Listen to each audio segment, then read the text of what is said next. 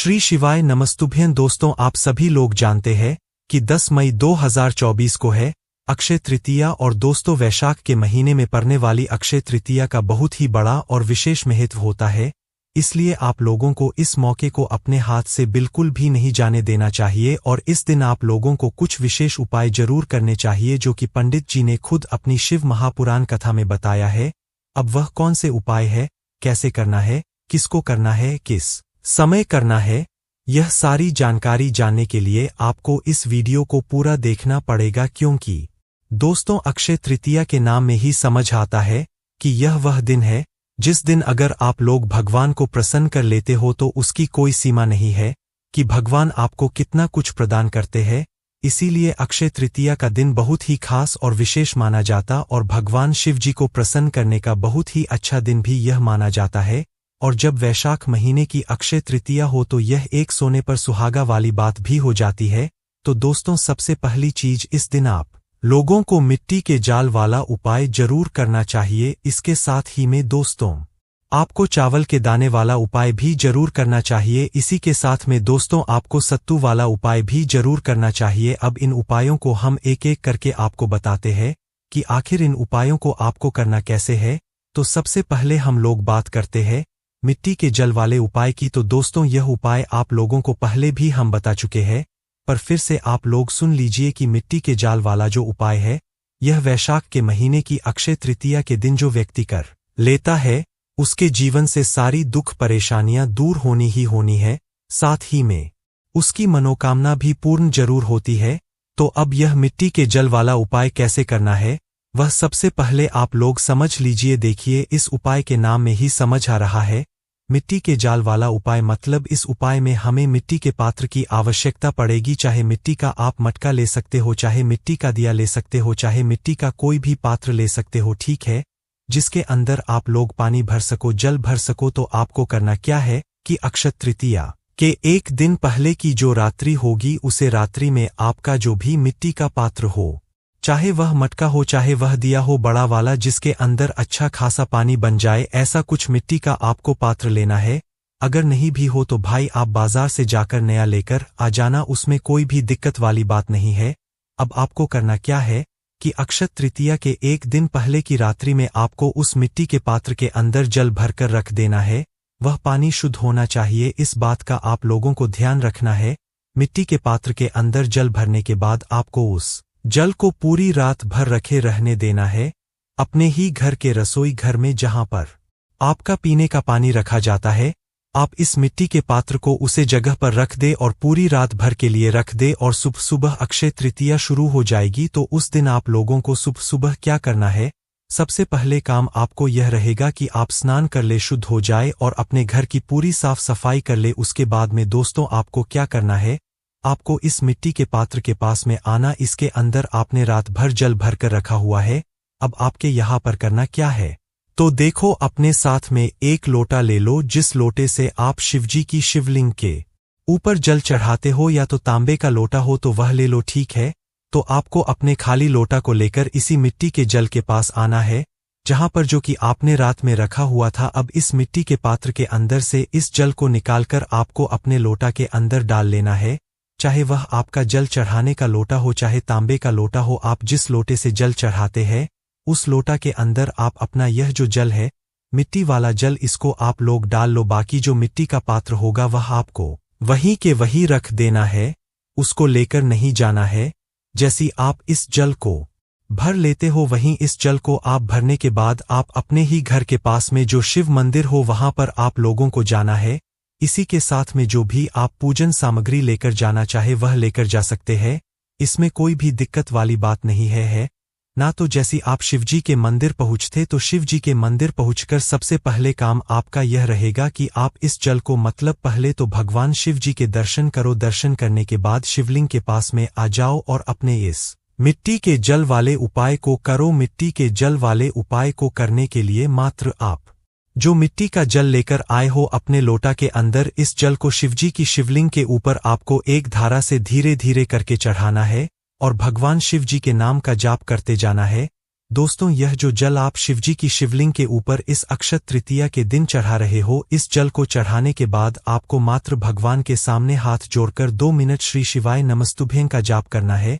ना ही कोई मनोकामना बोलना है, ना ही कुछ बोलना है, क्योंकि अक्षय तृतीया के दिन जब हम इस मिट्टी के जल वाले उपाय को करते हैं और इस मिट्टी के जल को शिवजी की शिवलिंग के ऊपर चढ़ते हैं, तो भगवान शिवजी हमें बिना मांगे इतना कुछ देते हैं जितने की हम कभी कल्पना भी नहीं कर सकते हैं।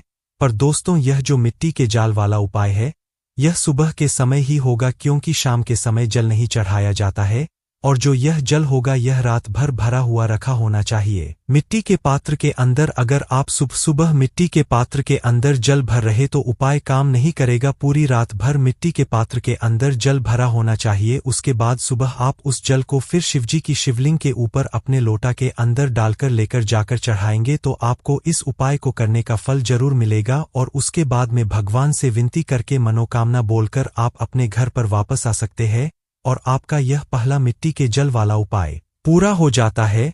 अब दोस्तों, बात करते हैं यहाँ पर दूसरे उपाय की। दूसरे उपाय को करने से आपकी जीवन में चाहे जो परेशानी हो, चाहे आपकी जो दुख और परेशानी हो, वह जरूर दूर हो जाएगी। अब दोस्तों, इस दूसरे वाले उपाय में आपको करना क्या है कि सबसे पहली चीज आप लोग यह समझ लीजिए कि अक्षय का मतलब ही होता है कि आपको इतना कुछ मिलेगा जीतने की आप कल्पना भी नहीं कर सकते। और चावल का मतलब भी वही होता है। अक्षय मतलब चावल। अगर आप लोग इस दिन शिवजी की शिवलिंग के ऊपर चढ़ा देते हो, मात्र एक चावल का दान भी अगर आप लोग एक लोटा जल चढ़ा देते हो, तो आपकी जो भी मनोकामना हो, जिस मनोकामना के साथ में अपना वह एक लोटा जल के साथ में एक चावल का दाना चढ़ाओगे, आप जिस भी मनोकामना को करते हुए चढ़ाओगे, आपकी वह मनोकामना जरूर पूर्ण होगी। वहीं अगर बात करें आप अगर 108 चावल के दाने अपने घर से, अपने घर के रसोई घर से गिन कर लेकर जाते हो और इन्हें शिवजी की शिवलिंग के ऊपर एक एक करके चढ़ाते हो, वह भी श्री शिवाय नमस्तुभ्यं बोलकर, तो आपकी जो भी मनोकामना होगी वह निश्चित सी बात है कि भाई इस अक्षय तृतीया के बाद वह जरूर पूरी हो जाएगी। बस दोस्तों, इस बात का ध्यान कि यह वाला जो उपाय है, यह घर में से कोई भी सदस्य कर सकता है। अगर घर का कोई बड़ा या मुख्य सदस्य अपने पूरे घर परिवार के लिए इस उपाय को करेगा तो और अच्छी बात है। इस उपाय को विशेष रूप से आप अपनी मनोकामना पूर्ति के लिए कर सकते हैं। और जो चावल आप लोग लेकर जाएंगे, यह आप खरीद कर नहीं लेकर जाएंगे, यह आप अपने ही घर के रसोई घर से लेकर जाएंगे। जो चावल के दाने होगी, चाहे आप एक चढ़ा रहे हो, चाहे आप 108 चावल के दाने चढ़ा रहे हो, बस ध्यान रखना कि वह चावल के दाने टूटे हुए नहीं होने चाहिए, कटे नहीं होने चाहिए, दाग वाले नहीं होने चाहिए, बिल्कुल साबुत चावल के दाने होने चाहिए। अगर आप लोग इस उपाय को कर रहे हो, इस बात का आप लोगों को ध्यान रखना। और इस वाले उपाय को आप सुबह के समय भी कर सकते और शाम के समय भी कर सकते हो, पर अक्षय तृतीया के दिन का सुबह का समय बहुत ही विशेष होता है, इसलिए आप इस उपाय को सुबह के समय करोगे तो बहुत ज्यादा अच्छी बात होगी। बस दोस्तों, इस चावल के दाने को चढ़ाते समय आप लोगों को भगवान के नाम का जाप करना है, और चावल के दाने को चढ़ाने के बाद आपको अपनी मनोकामना भगवान शिवजी से बोलना है। एक चावल का दाना चढ़ा रहे हो तो उसको चढ़ाने के बाद अपनी मनोकामना बोलना। बाकी 108 चावल के दाने चढ़ा रहे तो एक एक करके चावल का दाना चढ़ाते जाना, श्री शिवाय नमस्तुभ्यं बोलते जाना, और आखिरी चावल चढ़ाने के बाद ही अपनी मनोकामना बोलना। यह जो भी आपकी दुख परेशानी है वह भी आप लोग बोल सकते हो। बस दोस्तों, यहाँ पर भी इस अक्षय तृतीया को इस चावल के दाने वाले उपाय को यहाँ पर पूरा हो जाता है। और इस चावल के दाने वाले उपाय को अक्षय तृतीया के दिन करने से आपकी जो भी मनोकामना होती है वह पूर्ण जरूर होती है, आप चाहे कुछ भी मानो या ना मानो। चलिए दोस्तों, अब हम बात करते हैं तीसरे और आखिरी उपाय के बारे में, जो कि है दोस्तों यहाँ पर सत्तू वाला उपाय। अब दोस्तों, वैशाख का महीना चल रहा है, वैशाख महीने की अक्षय तृतीया है। इतना बड़ा दिन है कि आप भगवान शिव जी को इस सत्तू से बहुत आसानी से प्रसन्न कर सकते हो। सत्तू सभी लोगों ने जरूर सुना होगा। यह सत्तू पहले बहुत इस्तेमाल में लिया जाता था, मतलब लोगों द्वारा खाया जाता था और सत्तू का दान भी किया जाता था। पर आजकल लोग सत्तू का नाम तक भूल चुके हैं और लोगों को पता ही नहीं है कि आखिर सत्तू होता क्या है। तो दोस्तों, हम यहाँ पर आपको बता दें कि वैशाख के महीने में सत्तू की बहुत ही बड़ी और विशेष महत्वता होती है, और इस महीने में सत्तू का भोग लगाने से और सत्तू खाने से हमें बहुत ही बड़ा और विशेष फल यहाँ पर मिलता है। और यह भी कहा जाता है कि वैशाख के महीने में बेल का फल भी खाया जाता और बैल का जूस भी पिया जाता है। इससे हमारे शरीर हमेशा स्वस्थ बना रहता है। तो दोस्तों, आपको करना क्या है? सबसे पहले चीज तो वैशाख की इस अक्षय तृतीया के दिन सत्तू को आप लोगों को लेकर आना है।